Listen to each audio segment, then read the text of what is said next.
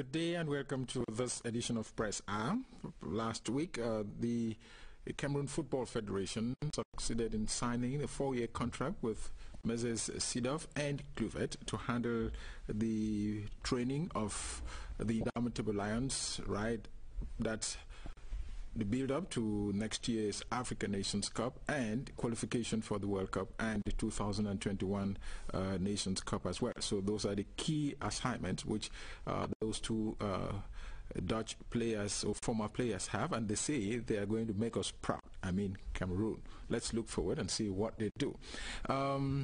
There was also much in terms of the build-up towards election, with the Constitutional Council examining petitions filed in by candidates whose files were rejected by the elections governing body in the country, Elections Cameroon.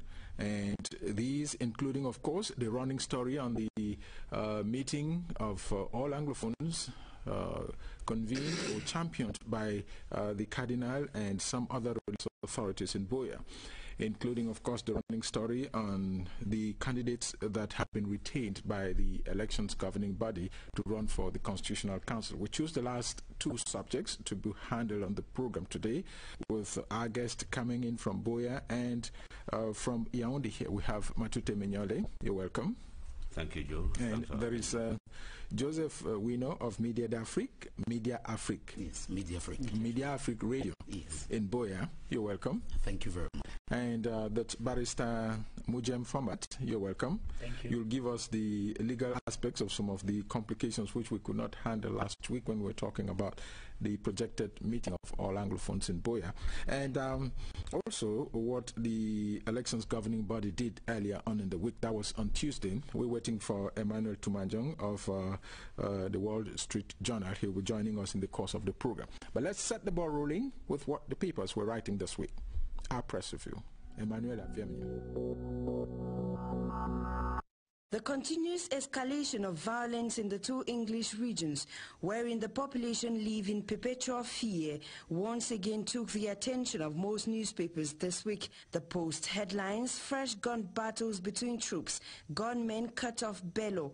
It reports that the SDF chairman, Frundi, and corpses that were heading for burial were blocked from entering Bello, and this crossfire saw a woman give birth to twins.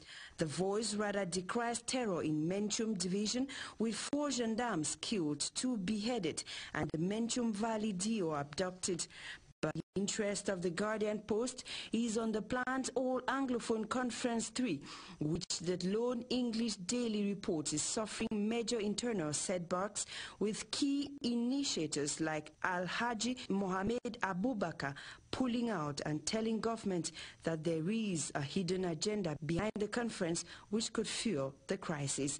The paper further reports that Tumi and Munzi contract each other over the All Anglophone Conference 3. Thus, at the time, breaking news is questioning, is there need for AAC3? The paper describes the conference as a waste of time that will not produce desirable results. The Horizon newspaper, on its part, then takes interest on the cry of the CDC GM to Anglophones, saying they are committing suicide by destroying the second biggest employer, while 15 health districts out of 18 in the southwest region are reported by the Guardian Post to have been crippled by the Anglophone crisis. The paper equally reports that the World Council of Churches has urged government to end gross rights violation in the northwest and southwest region. The lone bilingual daily Cameroon Tribune brings to the fore the views of Cameroonian bishops condemning violence in the two regions, but the Guardian Post sees the Catholic bishops as rather tasking government to investigate the killing of Buea priest, while announcing that a Reverend Sister Roberta, has been shot in Ginicum as she was visiting her family, but says she is responding to treatment.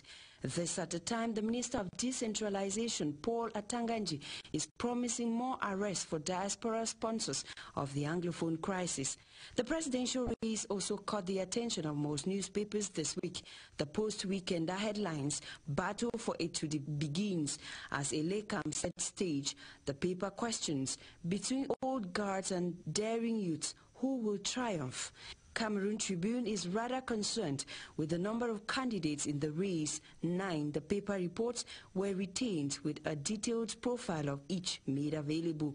The Post newspaper rather publishes the list of prominent political parties aiming for an opposition coalition ahead of the October 7th poll, but the Guardian Post reports on a petition received by the Constitutional Council to disqualify Biya's candidacy while announcing the departure of SDF Celestin Jamin to join the Cameroon Renaissance movement. The third CAF mission to Cameroon to inspect stadia and hotel facilities ahead of the 2019 Total AFCON also occupies a good chunk of newspaper columns, with Cameroon Tribune announcing that the team will meet with a local organizing committee at the end of their visit.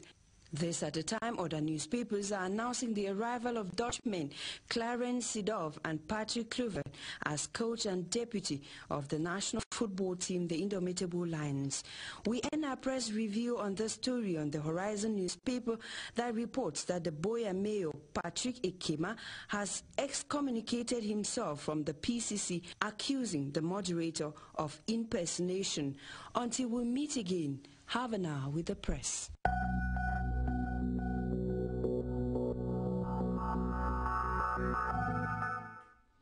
Thank you, Emanuela, and welcome, Emmanuel. We will begin with you, and the conveners of the Anglophone General Conference have decided to postpone it to November. Is there any problem with the timing from your own reading? Yeah, apart from... Or was there? Yeah, it seems there's a problem with the timing. Secondly, there are discrepancies occurring shortly after the announcement by the government and some other stakeholders like the mayor of Boya, who has refused that the conference should not hold in Boya. That's his territory. But I think some other observers are saying that that was not his duty. However, we hear that he's going to file a complaint officially to the government to postpone or to cancel the conference.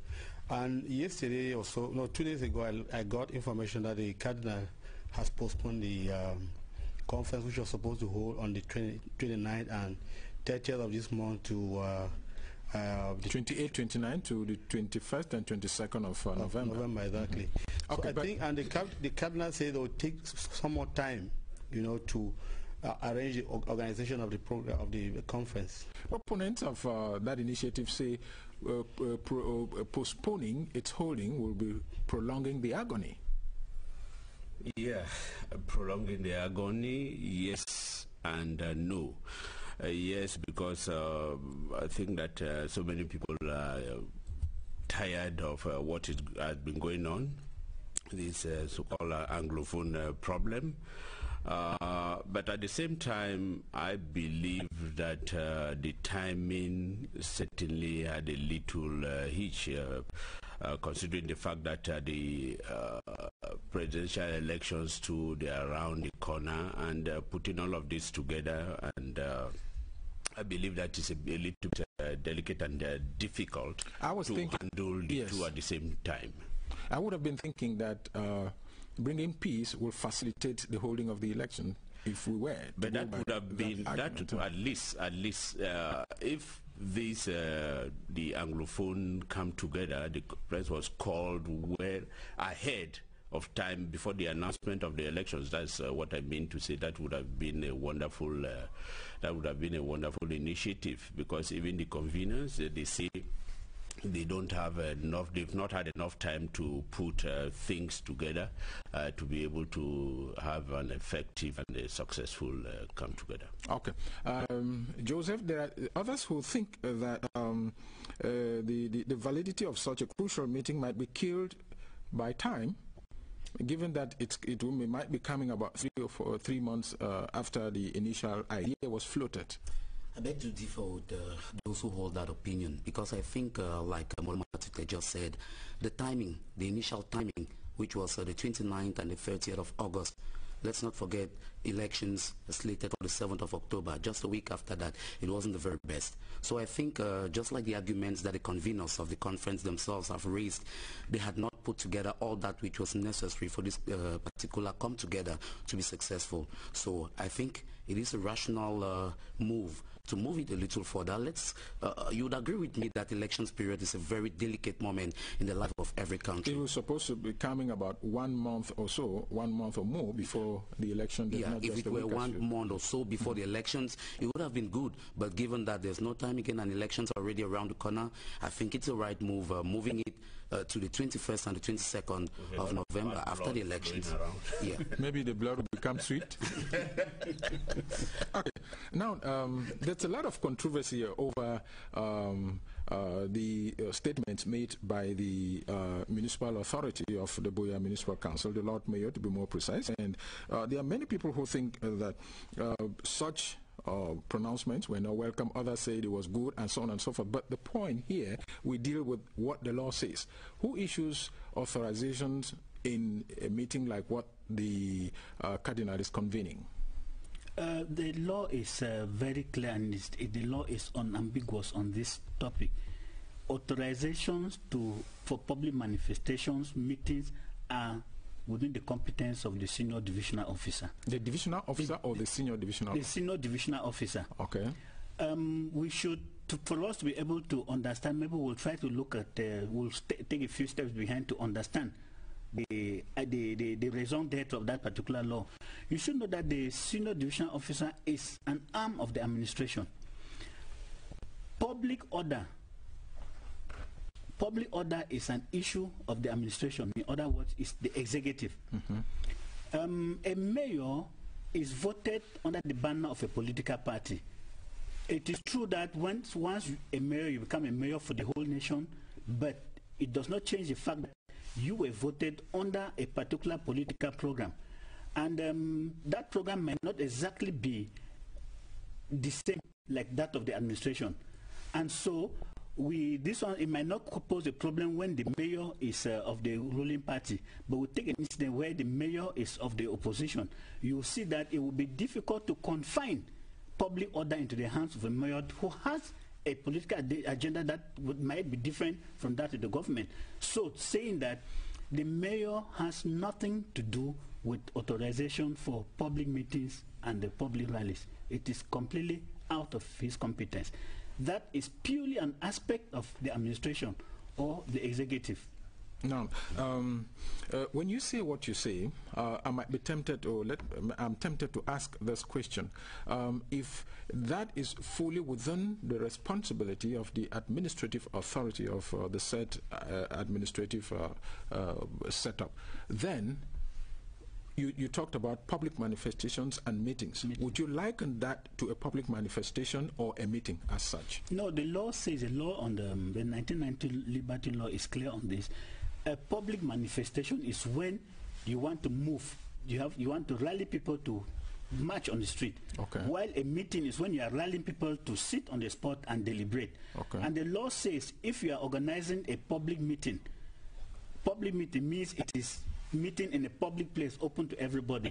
You simply do a declaration to the administration, and then you proceed with a meeting. Okay. But if you have to sit in a given location, you simply do what they call a declaration to the administration, and then you carry on with the meeting, because the law says once the declaration is done, the administration is supposed to give an attestation immediately that the declaration has been made. If you intend to march, then you have to ask for an authorization. Okay.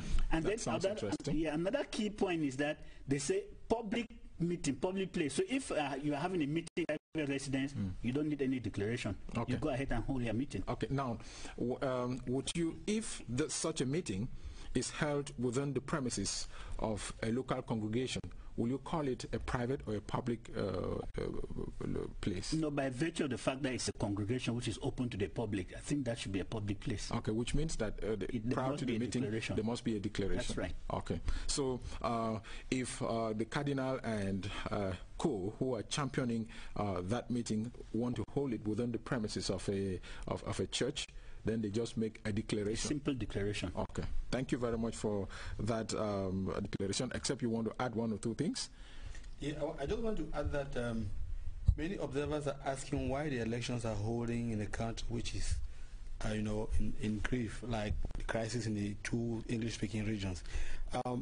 observers are asking why they couldn't have postponed the presidential elections to say 1 year and try to get the problem resolved instead of holding elections before coming to look at the problem. It poses a big problem.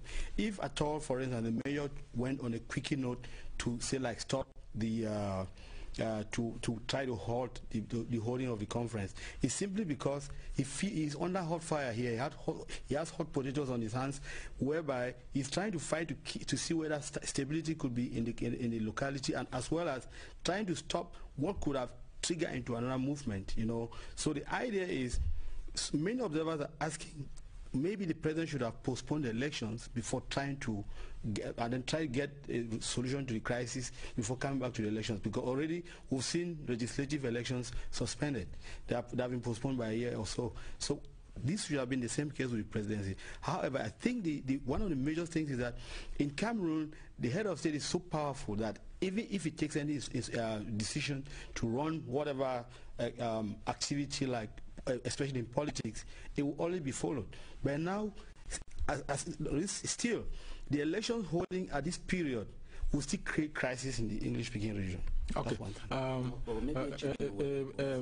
Let me maybe the legal mind would clarify some of those things. Within the law, what does the law say? Does the law give the President of the Republic the ability to postpone presidential elections? When we look at the law carefully, it clearly stipulates how and when to postpone other elections. But with the presidential elections, the law does not really give the room for postponement. So you now understand the legality of the decision of the President of the Republic. That is at the discretion of the head of state. No, it cannot be when the law doesn't permit him. That's why he postponed the legislative and council elections. That is within his competence as provided for by the law, and it wasn't because of the crisis. But if I followed Elekam well, the board chair of Elekam says that elections will hold in all the 58 divisions and 360 council areas in the country, which means the people on the ground, and they are certain about what they are saying, isn't it? Yeah, they probably know what they are counting on, exactly. Because sometimes if we see what is going on in parts of the southwest and northwest, we begin to doubt whether it will be that easy. But if those who are responsible for organizing the elections say that they are sure that they will hold in all the 58 divisions, then they know exactly what they are counting on and how they are going to go about it. In spite of the withdrawal of one of the conveners, the Cardinal and co say the meeting will go ahead after everything. Well, we've seen they've held the grounds, because from the very onset when it was announced, we had voices from different corners, those who were declaring support for the move and others were condemning it, and they stood their grounds and made it clear in several press outings that it was going to take place. And we think it's expedient, because when we look at the situation on the ground, and we've had political figures like Ayapol Abonnez, Edith Kabanwala, who equally voiced their support for the move. And if we look across the board, well, you might want to ask me what measurement I took to get that, but several Cameroonians of English-speaking expression are of the opinion that there is a need for such a gathering like this to be convened. Let's not forget, severally people have asked if there is to be a dialogue, who would dialogue with who, on what, and that is the raison d'etre for this. The cardinals and the other conveners made it crystal clear that it was to come to a consensus as to who can represent the aggrieved population. We're talking about the English-speaking regions of the country, and what are the issues that they will dialogue. I think it sets the pace for a dialogue, and it's expedient that such a conference takes place. Thank you, Joseph. Okay, let's move away from that subject, but through this kicker on the publication of the list of the postulants of Unity Palace come October this year. So who picks the ticket, the final ticket of the confidence of Cameroonians next October 7. Already, Elections Cameroon has set the ball rolling with the selection of 9 of the 28 candidates, given that one withdrew. That's 27 candidates, but they have filed in petitions. We'll be examining that. But let's listen to Abonnez Kanga on the publication of the list last Tuesday.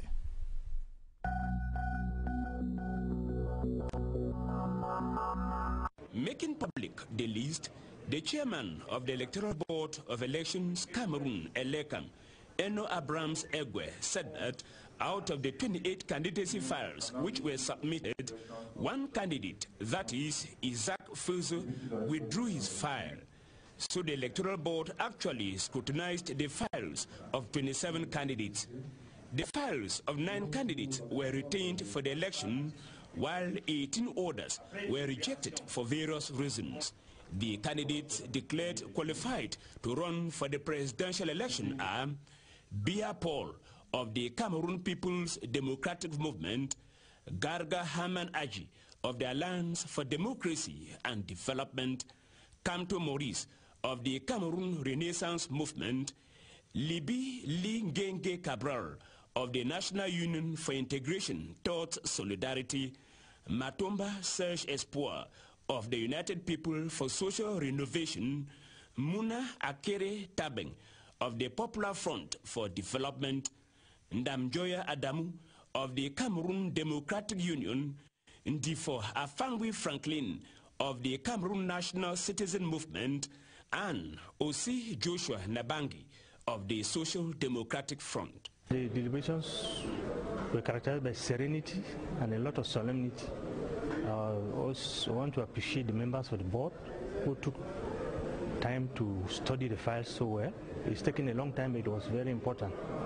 I think the results that we have is only a reflection of the brilliant job that has been done. The Electoral Board has respected the time provided by the Electoral Code to publish the official list of candidates for the election.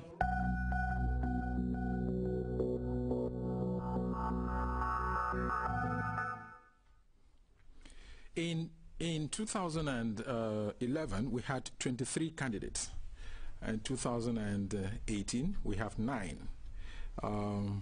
There are observers who think that the number is still, that there are still many, and that will confuse electors in the process, and that's why they are saying other parties have queued up behind the CPDM candidate, and they are saying that if they were to have 2-3 candidates, who permit the electors to make a better choice. But does that hold? An argument of that nature? For me, I think elections in Cameroon have been determined. I've covered elections in Cameroon, whether legislative, council, or presidential, since the very first multi-party elections. So generally the elections, from the beginning, since '92, you saw that there's still been quarreling on who won the elections. Today, for the last part of the last I think 3 or 4 elections presidential that I've held, you discover that it's the incumbent that wins. There's no doubt that he will win this time. But if we look at what is happening, if you look at the dynamics, which have not yet gone into operation, the two main candidates that look into who can win the election so far will be perhaps that of the SDF or maybe of the ruling party. That would be the assessment of the journalist that you are, without necessarily feel there's no opinion pool that you've been able to carry out to be able to determine what you're saying. But all the same, I give you the benefit of the doubt. and ask whether you have any surprises in terms of the names that have appeared on the final list. No, we are happy with the fact that first, there's like within the current, or the main opposition, OC is somebody who came up to a surprise, because nobody thought that the SDF will leave the power to another candidate. You have Cabral Libibi, who is a journalist and who is also a jurist, who has been very much present on the media, especially the social media, and even on audio and the print media, talking about how elections should be held, why people should register and vote. Because the power of every election is on the fact that the more the voters, the more the elections become more, more interesting and perhaps more agitated and perhaps could pull weight from one candidate to another. You have Akeremuna, who is a very salient jurist as well, lawyer, you know. Akeremuna is well known worldwide. But the point is, we wonder whether he can work out something, you know, that can shake the system. One of the things is, people see Akeremuna like somebody who is a hidden arm of the government in one way or the other, because he's been consultant for the government on the judicial issues. Okay. It makes it, you know. Does that not give him a better understanding of the system and see how he can break it instead? Having better understanding does not mean that you can win the incumbent. Instead, somebody like Libby or OC can be the incumbent, and many people feel that in terms of the way elections have been, if there are going to be changes, because these are people with new ideas in the elections. Okay, that's your opinion. Matute, any surprises? The 9? Well, in a system like ours, I think that is a bit difficult because you mean my question? I think that is a bit difficult to talk about surprises. First of all, I want to say that when you look at the facts that we have that are handy, you realize that the CPDM candidate will naturally stand out as a clear favorite because of the way the party is implanted in the country. And of course, if we even look at the number of mayors, the number of parliamentarians, the number of councillors, all those details, they are overwhelmingly put them together. It's more than 8,000 compared to maybe close to 100 and something for the SGF, and some of the parties and their candidates, they have just maybe two representatives. Joe. Now, but we are in a system where we respect and vote principally for our party, a candidate of a given party. We've not yet gotten to that level where sometimes we are objective enough to say that this person maybe is of a different party, but will you call that party loyalty or voting? That's party loyalty, or that is what they claim that it is. But sometimes we even can vote even for somebody who is blind because he belongs to our party. And so that's why I say that it is difficult for us to think that people will cross from their own party and easily vote for other candidates. Okay, let me take you back a little bit to the phenomenon. I call it the Northwest phenomenon during the senatorial elections. The CPDM had a clear-cut majority in terms of councillors, but they lost the election in the Northwest. Exactly. They lost the elections, yes, but those are very rare cases. They are very, very rare cases that we've recorded, because we've seen what has been happening repeatedly at the level of the National Assembly. Ideas, they come up, but they cannot go anywhere because, let's say, for example, the CPDM has a crushing majority. Okay. And all in the name of party discipline. Okay. Joseph? Yeah, very often when you talk to the man on the street on issues concerning elections, there is an expression that usually comes forward that, well, whatever we do, we already know who would win. I think when they say that, they are making allusion to the advantages that come with incumbency. Given the fact that the candidate for the CPDM is an incumbent, the advantages that accrue to that. And also, let's not forget, in a situation of presidential elections are quite different from legislative and other elections in the country, where maybe in a party stronghold, if it were in legislative elections or some municipal elections, you could benefit from the support you enjoy within that particular area. But in presidential election, you must have a national appeal. I mean, we have some of these candidates who, outside of their area, their stronghold, very little is known about them. Very little, they have very little followers elsewhere. That's the issue. But then, like they said, it's true the advantage will go to the incumbent, but we are living at a time when we've seen a lot of surprises. Let's not forget the power, the strength of the social media that's coming up right now. I just wanted to ask you that, but the legal mind is itchy to say something before I come back to you. I'll come back to you, Joseph. Yes, not law. I'll talk a bit of politics. We are looking, the question is, are there some surprises? Are we surprised by the candidates? I think that what I see interesting is the fact that we have new faces that are coming, or new candidates. I think that if I was in a position to advise the CPDM, I would have advised them to also match like the other parties. I think that if the CPDM brought up a different candidate, the surprises will again be more interesting. I will take an example. If you look at what happened in Zimbabwe, you see that at one point it was becoming too clear that the time of Mugabe was getting out, but the party, I think, was smart enough to have done an internal revolution, made a change within the party, and you see that the party still works strong, which I thought that maybe would have been a tactic that could have been used by the CPDM. No, I don't know.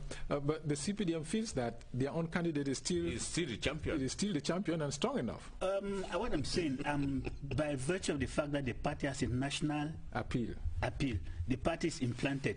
I think that if they come up with a young, vibrant party, the party will even have stronger chances. If they come up with a young, vibrant candidate, the party will even have stronger chances of winning the elections than now. It's true. It wipes off. I'll come back to you. I wanted to go to him because there's this aspect of youths, the youthful phenomenon within the current group. 3 of them are less than 40 years old. Certainly. And you could see that daring aspect on the part of the youth. Yeah. And I think it's going to be an issue too that may change the status quo in the elections, even though it's going to be difficult in the case of Cameroon. I think 2 things will come to the fore. The consciousness of the youths right now, and what political scientists talk about, the political culture. I think political scientists have identified 3 kinds of political culture: the subject, the parochial, and the partisan. Before now, people will go with what is the popular opinion. But with this kind of revolutions we've had around, the challenges that we've had around, I mean, a good evidence, a good example is the fact that with the majority in the Northwest, they could not, the CPDM could not win the senatorial elections. That's already an indication that there is a change in political culture, and let's see it in the case of presidential elections, where people don't want to just sit now and do what they think, well, we are indifferent, whatever comes our way, let's just do it. With the revolutions that we've had, with the challenges that we've had, people want to have their voices heard. And now the aspect of the youths coming in, we've seen it in other areas. Maybe they'll be asking themselves, why don't we have our own Emmanuel Macron? Why don't we have an outsider like we saw in the case of the United States of America, and with the likes of Cabral Libby when he launched his 11 million voters, even though it wasn't a success per se because we didn't have that, but at least he was able to appeal to the youths, and it may come as a surprise that the youths rally behind him. The big worry here is that even though he did what he did, and he might be appealing to those who don't have the arm to disarm. In other words, those who have not registered to vote. Not necessarily. The point is the government has been an offensive to get people register and vote. Why has the government come to all this? It's because the government has been disenfranchising voters in the past. That's why. How? Because when you go to register, when you cover elections, you see it. When you go to register to vote, the day of the publication of the list, you register in Balade, you find yourself, maybe your card comes out maybe at BMRC 6. You don't know how to get your card. Is that phenomenon still current with elections, Cameroon? I'm trying to explain why Cabral Libby came to call on people to vote. The government has been rectifying all of this, coming back to put the list where they are supposed to be and the cards where they are supposed to be picked. All of this has pushed people to keep away from elections. And that's why, because when we reported a story, I think in 2004 or so, we discovered that the voters registration was around 6 million or so, but the potential voters were around 10 million. And by now, they're supposed to be between 11 and 12 million. So the government has been trying to get to these figures to make sure that more people vote. However, the voters' participation has been a very key issue in elections in Cameroon, because the government fear that some of the voters who may be disenfranchised during the voting process may revolt and then get maybe upset the system of the elections. Cabral Libby's major push to get people registered is that they become conscious. When you vote, you have your voter's card, you are going to vote, and you can vindicate your candidate. That's the issue here. You can't vindicate your vote. Your vote, sorry. So the issue is that to go further, like Joseph is saying, you need to get people vote. People don't go to vote because they don't believe in the way the elections are organized. The dynamics in the American elections or in Zimbabwe, or as we're going, maybe we may see that in Congo as well, is that people change opinion per the way the elections, the candidates appear, and who they are and how they will fight, you know, to get the power changed. In Cameroon, people don't want to think about like having a new party, and those in government blow the trumpet of saying that we don't need another candidate, we don't need another candidate. But these people wear several jackets at the same time. They will turn around and say, "But on va faire comment? What are we going to do?" Where you don't have the candidate, you don't pronounce the candidate, but you still vote for the candidate you don't want, but you turn around and say, "We are suffering." This is the key problem in Cameroon. But when you say what you say, and you see what is happening within Elections Cameroon, don't you think that the dynamics being propelled by Elections Cameroon could push more voters, like Cabral Libby was saying, to get registered and vote, make a choice? Like Joseph was saying, you see, in the U.S., Donald Trump came from nowhere and won. You know, people thought Hillary Clinton would win because those are the traditional candidates. Today in Cameroon, if the elections go so smoothly, without any interference, Cabral Libby or perhaps Osi Joshua can win. You have moved away from the first names you first mentioned. No, okay. Is the dynamics, because one thing is that the youth in Cameroon, I have to make it it's very important to note that the youth in Cameroon are frustrated because our country seems divided into generations, the old and the young generations. Also, where would you put the middle class, the middle age? The ruling party should not get too complacent. It's true they have the advantage, they have the implanted all through the national territory. But let me take you down to Boya in the southwest region.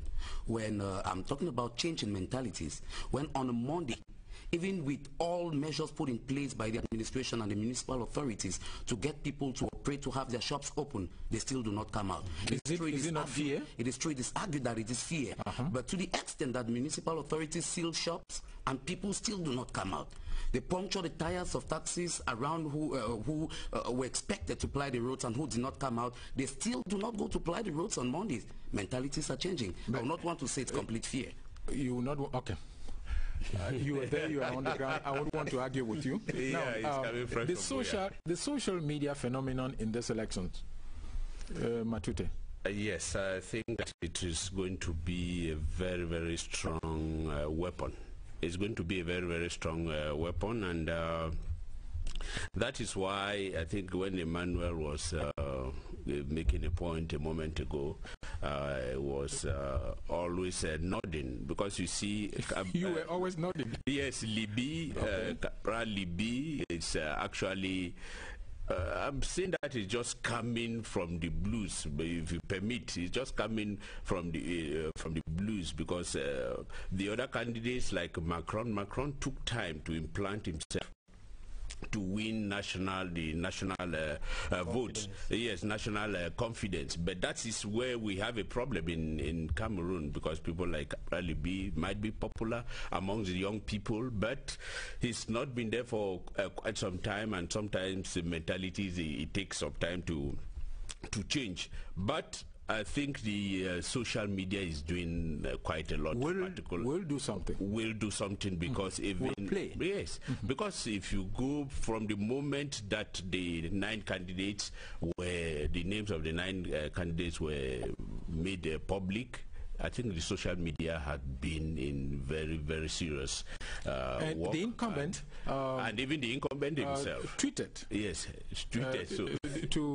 To make his intentions known. Yes. Is that not another push going with the time? It was a trigger to show that he himself is part of the movement, the modern generation. He might have made use of the Twitter platform, but when we look candidates, I don't think if we are talking of someone who really masters that particular platform, he would be the one I'd look at. The other younger persons in it, I mean, the likes of Cabral, even Joshua C himself, have been making very good use of the social media. And with our understanding of what this can do, let's not forget gender setting functions and all the like. They can plant an agenda in the minds of the young persons and get them to really. That sounds interesting, but of late, religion has been a very strong point because of the crisis we are going through in the country, insecurity and poverty. And there is one candidate who is so tied to that religious factor, who himself is a preacher of the gospel, Pastor Ndifo. What do you think that religious factor can play in the ongoing or the upcoming election? Yes, Emmanuel. I think our politics is based more on the parties, the individuals who make who come from these parties. Like the head of state, he belongs to the CPDM, which is implanted all over the country. And you have also the SDF, which has similar characteristics. Religion in Cameroon is not based on politics. It is based more on frustration because the economy has not been the best of all these years. So people look for solace to go to religion to get, you know, some soothing. Consolation. Yes, some consolation or soothing so as to stay a little bit being part of the society. Religion, the candidate of the religious party, of the pastor. For me, I don't even know whether he will win some few votes because it's not even known. To start with, the issue is if you were a religious candidate like Cardinal Toomey or maybe an imam who is very important within our political setup, who could have seen that the religion will play a very big role. Others think otherwise, Matute. No, I think just like Emmanuel was saying a moment ago, if he were a popular religious figure, I think that it was going to make quite some difference. And you know the divide between the new preachers, the new generation of preachers of certain denominations against the old traditional religion. So I don't see how people can easily be moved to join this new preacher because he's a pastor. And again, even if they were to join him, he would have been maybe one of those, like the one in Boya, would not want to call names, where I see people come from all parts of the country and think that they can get magic solutions. Maybe if you were a figure of that magnitude, then people would think that maybe he is coming in with some solutions, some magic solutions. His party was launched in April. Yeah, you know what you should also, or what I perceive, I think that generally in Africa we have this problem of poverty pushing the population into political and religious fanaticism. But again, those fanaticisms are different. Religious fanaticism is quite different from political fanaticism. Like I say, poverty has actually pushed the ordinary man into these two forms of fanaticism, but there's a clear-cut line between religious and political fanaticism. I believe that religion actually has a role to play. I mean, it's one of those aspects where people usually hold very tenaciously to. A proof of it is the fact that the government, unless somebody thinks otherwise, has not been completely successful in checking the proliferation of churches around, because they know the kind of effect it could have if you categorically took a vehement stand against maybe the proliferation of some churches. But then, like they were saying, it's an individual, I'm talking about Franklin Amfan 24, it's an individual whom we suddenly heard the name just around the elections period. And with recent developments around, we realize that in Cameroon, other issues have a stronger appeal to people than religion. A good example, like ethnicity and tribal background have equally proven. Let's take the case of maybe the churches around. We've heard people use certain words they will not have used in other contexts against venerated men of God, which was not the case before, which means that religion does not really have that strong hold on other people like issues of ethnicity do. We've seen churches being pulled apart. I mean, even within the Cameroon Baptist Convention today, we are already hearing about a group of people who claim they are marginalized, and some people have interpreted that on the grounds of ethnicity and tribal affiliations, which are issues that those. Let me turn the question the other way. I'm sure you are a proponent of the social media like I do. You know, when he launched his party in Douala, there was almost a commotion on the streets of Douala. That young man. Yes. And that appealed to Christians or his followers across the country, those who buy his ideas. Certainly. Let's not forget Douala is where he's based.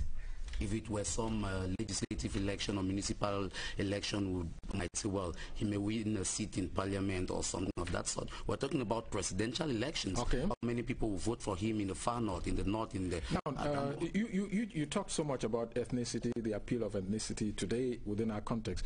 And in the northern regions of our country, almost all the key political figures have queued up behind the CPDM candidate, but for the ADD candidate. Do you see the ADD emerging from the three northern regions as the sole political chase dictator?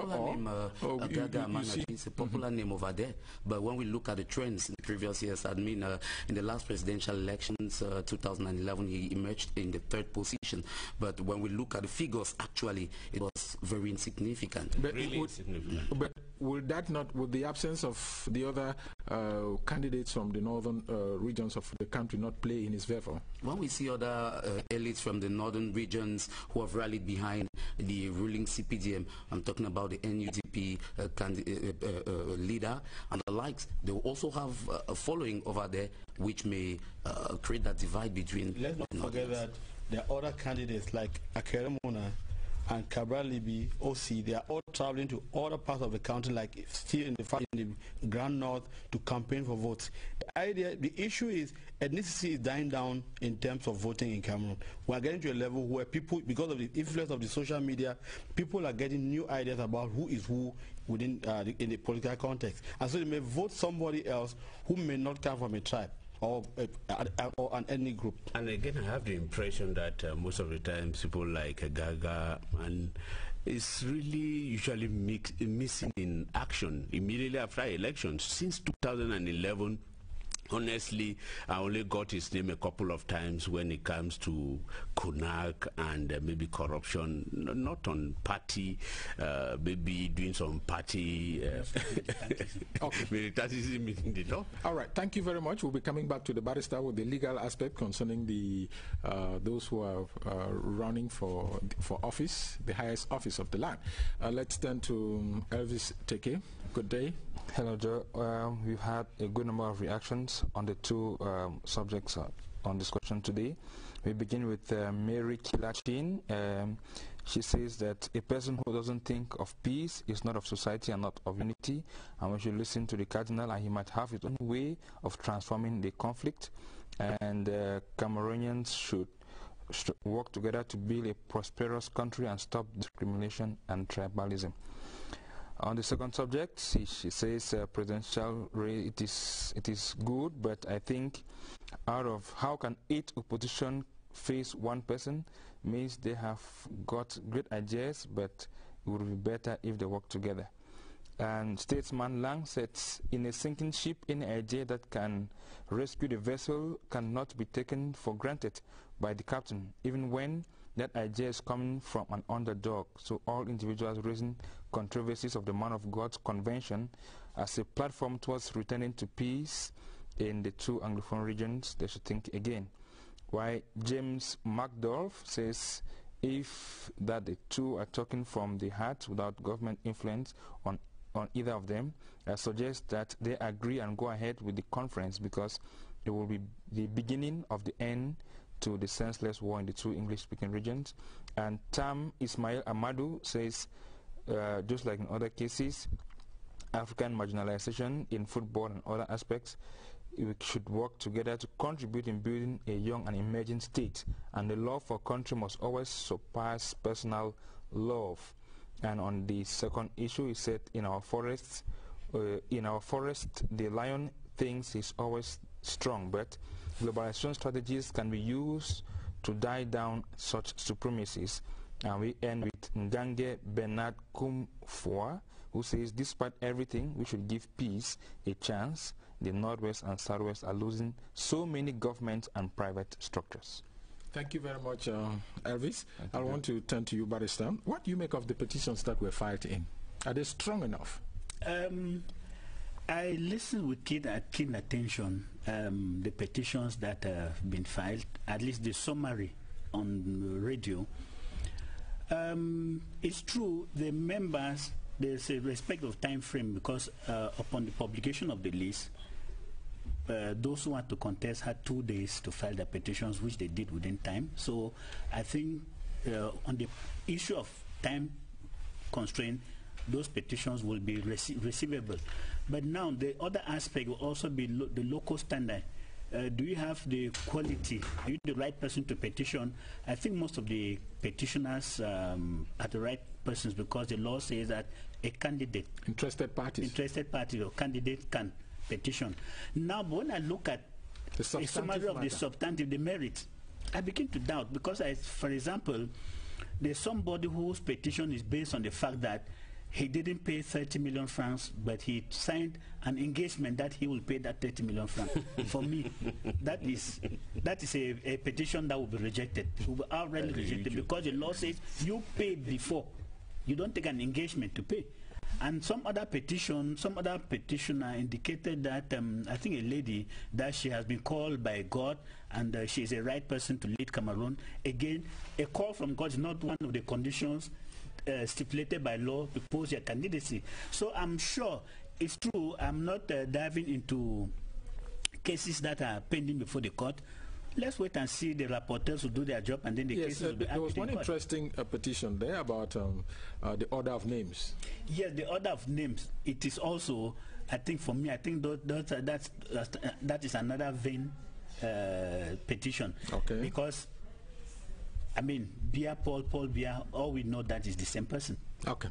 Now, I want to ask you this last question, and I want your opinions on this. What has guided a voter's choice in the past, and what could guide voters' choice on October the 7th? Emmanuel. It has moved from one issue to another. In the early 90s, Cameroon was not as poor, although Cameroon has suffered from an economic crisis caused by the uprisings, which grounded several industries in the country. And the slump in oil prices. Yeah, by that period, I think Cameroon was not producing so much oil at the time. Now? Yeah, Cameroon is producing about the slump in oil prices now has hit the country. No, it has increased a bit. Oil prices should be between, I think it's around $70 now. It should be between $70 and $80. At first, it was around $40 to $50. That's not bad. You're from the Wall Street Journal. Yeah, we report on that every day. It's true. The issue is that at a given point, in the 90s, where there was rumor that Fundi had won the election, many people were feeling that there was going to be a major change.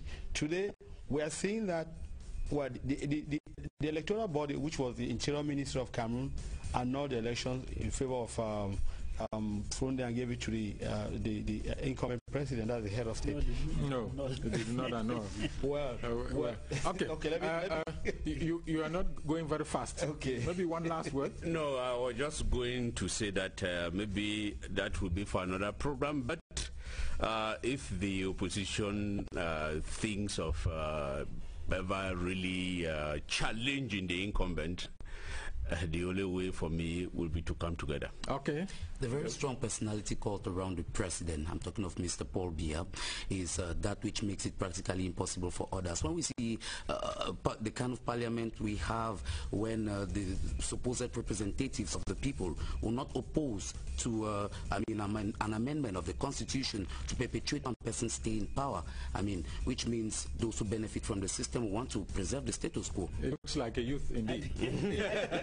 I think that in 1990 there was that zeal, that strong zeal, because there was people foresaw a change. So people vote because they were expecting a change. But now I'm sure that Cameroonians are discouraged. They don't see. They want to vote for experience. They don't even want to. I mean, they're voting now for the sake of voting. I think they're voting now for the sake of voting. Okay, thank you very much, ladies and gentlemen. There wasn't any lady on set, so gentlemen, thank you for being with us on the program today. We're looking forward to being with you again same time next week. Stay with us if you can. Sometime we can be following shortly. Day.